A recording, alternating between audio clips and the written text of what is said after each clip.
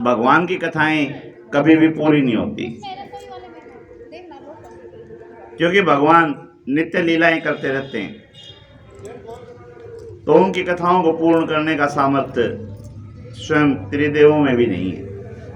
इसलिए कथा विश्राम बोला जाता है। आज हमारी कथा विश्राम की तरफ जा रही है। अब तक देवी की महिमा का वर्णन हुआ। जामवंती और भगवान श्री कृष्ण के विवाह में और समंतक मणि मिलने में माँ की महिमा का वर्णन आया। राजा सुदुमन जो स्त्री रूप को प्राप्त हो गए थे, स्त्री तत्व को प्राप्त हो गए थे, माँ की कृपा से पुरुष तत्व उनको दोबारा मिला।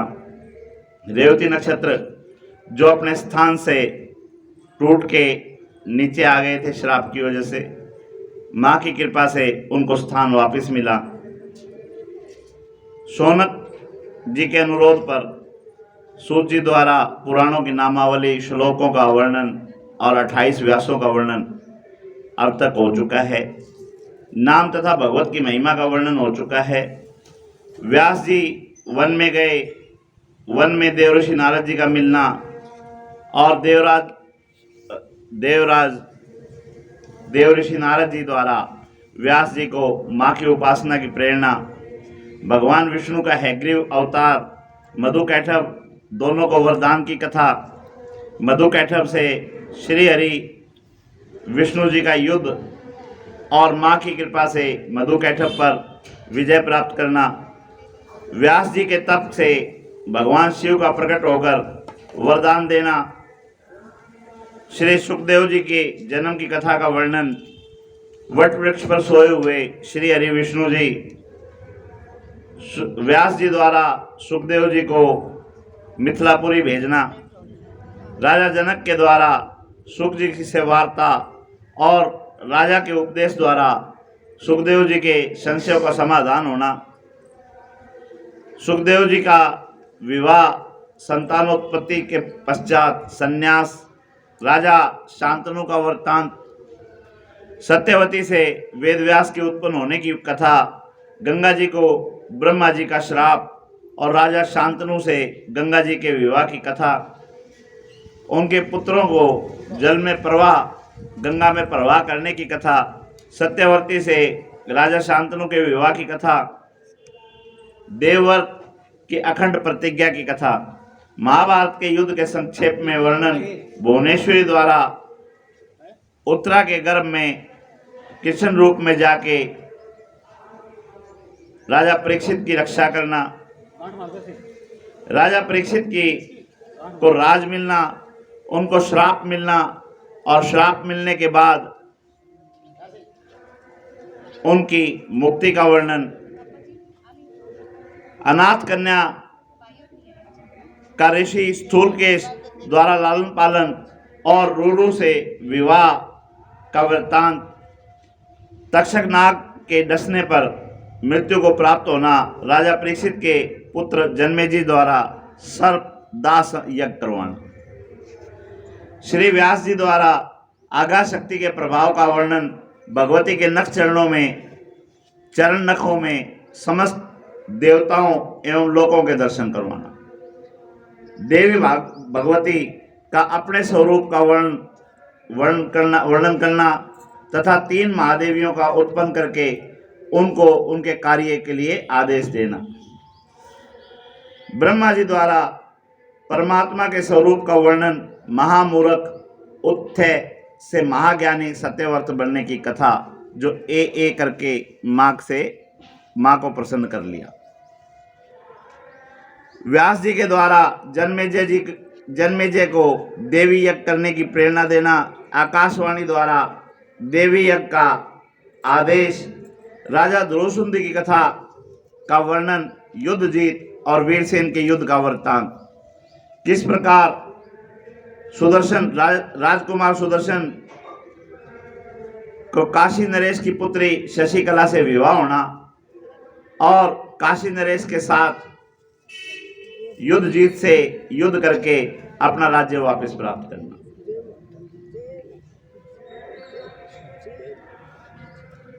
नवरात्रों के व्रत के प्रसंग में श्री राम जी के चरित्र का वर्णन, देवऋषि नारद द्वारा श्री रामचंद्र जी को नवरात्र व्रत का उपदेश, जन्मेजय जी द्वारा व्यास जी के अवतार विषयक प्रसन्न, श्री नर नारायण के को तप से डिगाने के लिए इंद्र का प्रयास तथा नारायण द्वारा 16,000 अप्सराएं और उर्वशी इंद्र को भेंट देना, देव दानव युद्ध, शुक्राचार्य द्वारा दैत्यों को अभयदान देना, दैत्यों का शुक्र माता की शरण में जाना तथा भगवान श्री हरि विष्णु द्वारा शुक्र माता का वध का वृत्तांत, भगवान श्री हरि विष्णु जी को भृगु मुनि का श्राप, इंद्र कन्या जयंती द्वारा शुक्राचार्य की सेवा, देवगुरु बृहस्पति द्वारा दैत्यों के साथ छल और शुक्राचार्य द्वारा दैत्यों को श्राप, देव दानव युद्ध और देवी भागवती की कृपा से देवताओं की विजय, व्यास जी द्वारा भगवान के विभिन्न अवतारों का वर्णन करना, पृथ्वी का भगवान की शरण में जाना। जब जब पृथ्वी के ऊपर अत्याचार बढ़ जाते हैं तो पृथ्वी श्री हरि विष्णु जी के पास जाती है और माँ की आज्ञा से, जैसे हमारे यहाँ राष्ट्रपति है तो पहला पुरुष तो वही है ना, उनके पास प्रधानमंत्री हैं। हम प्रधानमंत्री को ज़्यादा जानते हैं, राष्ट्रपति को कम जानते हैं, जबकि कोई भी कानून, कोई भी नियम बिना राष्ट्रपति की मोहर के पास नहीं होता। इसी प्रकार जो भी समस्याएं होती हैं हम श्री हरि विष्णु जी के पास जाते हैं और विष्णु जी आगे माँ की आज्ञा से उस कार्य को कार्यान्वित करते हैं। पृथ्वी पर जब जब अपराध बढ़ते हैं, जब जब दैत्यों का अत्याचार बढ़ता है, तब तब श्री हरि विष्णु जी यहाँ अवतार लेते हैं। भगवती की महिमा का वर्णन तथा भगवान श्री कृष्ण के जन्म की कथा, जब कंस का, जरासंध का, शिशुपाल का अत्याचार बहुत ज़्यादा बढ़ गया था, तब माता, हमारी माता भगवान श्री कृष्ण के रूप में यहाँ पे आई है और उन्हीं के साथ योग माया के रूप में उनकी बहन बन के आई है, जो नंद के यहाँ अवतार लिया। और कंस ने जब भगवान श्री कृष्ण की जगह बदली हुई माया को पटकना चाहा तो उन्होंने आकाशवाणी में अपना रूप दिखाया है अष्टभुजी के रूप में और उनको चेतावनी दी है कि मूर्ख, जिसको तू मारना चाहता है वो तो सुरक्षित स्थान पे पहुंच चुका। भगवान श्री कृष्ण की या भगवान श्री हरि विष्णु जी की और शंकर जी की अभिन्न दोस्ती है।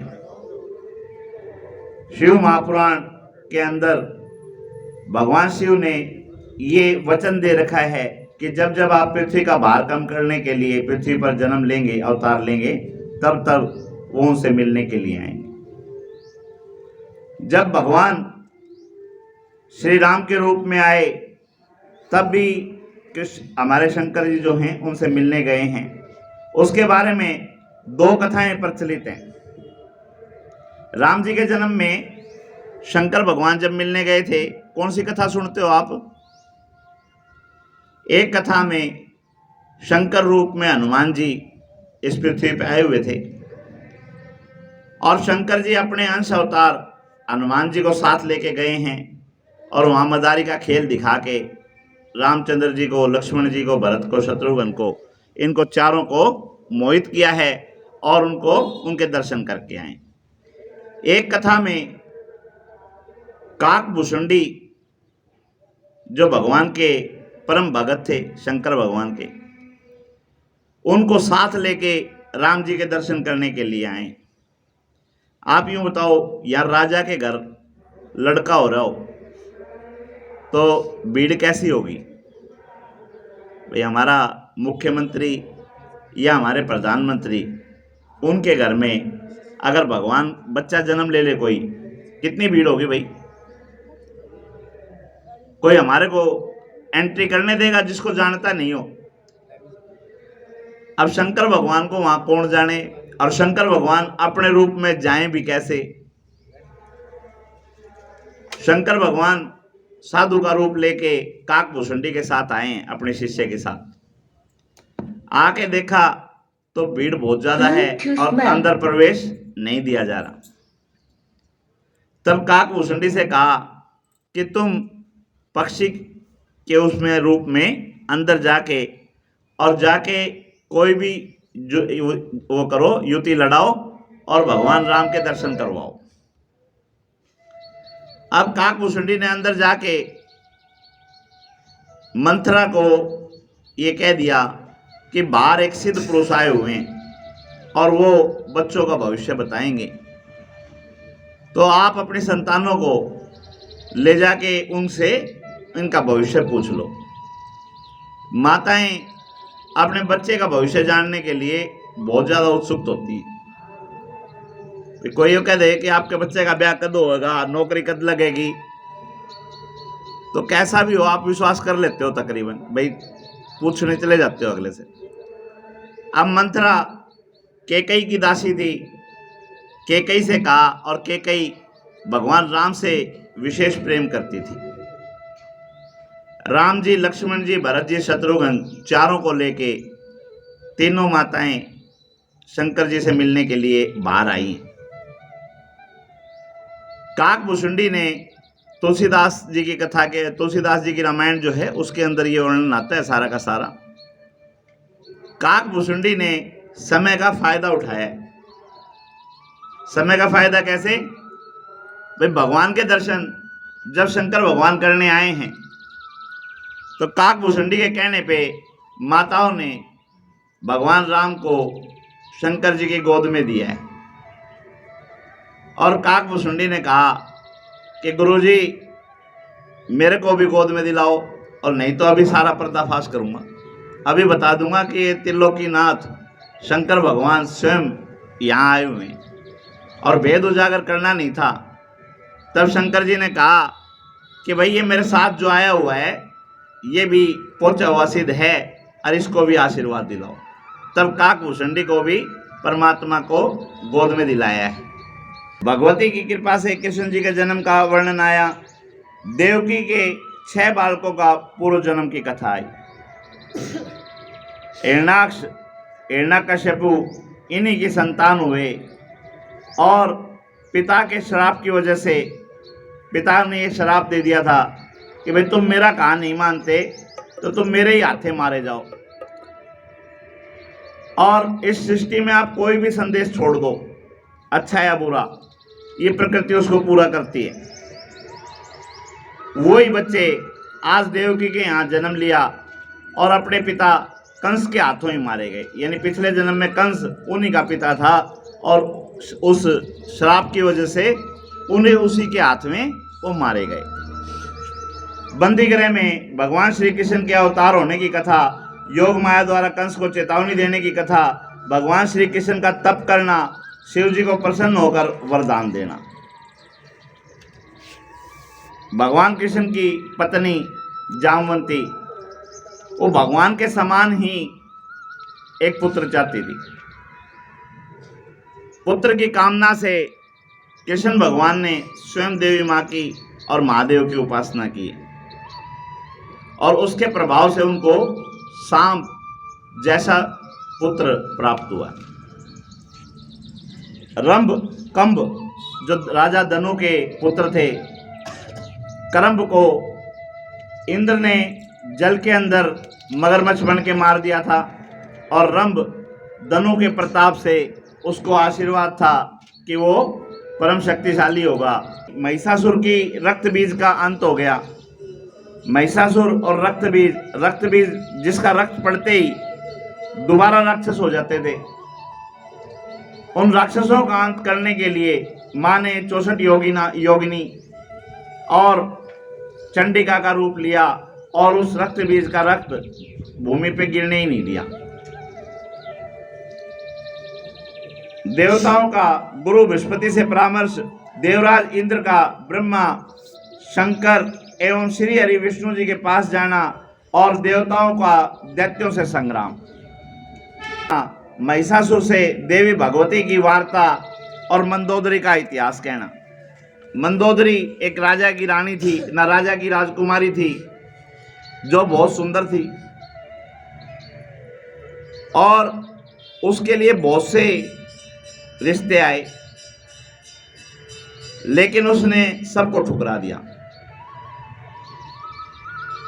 उसकी आयु निकल गई, उसकी छोटी बहनों की शादी कर दी। छोटी बहनों की शादी होने के बाद उसका मन हुआ कि अब शादी करें। उस समय उसको एक राजकुमार मिला जो शादी के बाद नशा करने वाला, जुआ खेलने वाला और हर तरह से कामी था। तो महिषासुर ने भी माँ को वही कथा सुनाई कि भाई मैं इस समय तो तेरे से कहने लग रहा हूं मेरे साथ शादी कर ले, और तू मना करने लग रही है। लेकिन मंदोदरी की कहानी याद कर, कहीं ऐसा ना हो जब तू शादी करना चाहे, जब तेरे को तेरे योग्य कोई मिले ही ना। लेकिन माँ उसका वध करने के लिए आई थी, तो माँ को इन बातों से कोई लेना देना ही नहीं था। और अंत में माँ ने उसका अंत कर दिया। महिषासुर के वध का वृत्तांत हम यहां तक कह चुके हैं। भगवती की मणिदीप पधारना और राजा शत्रुघ्न के धर्मपूर्वक राज्य करने की कथा, ये मैं आपको आज सुनाऊंगा।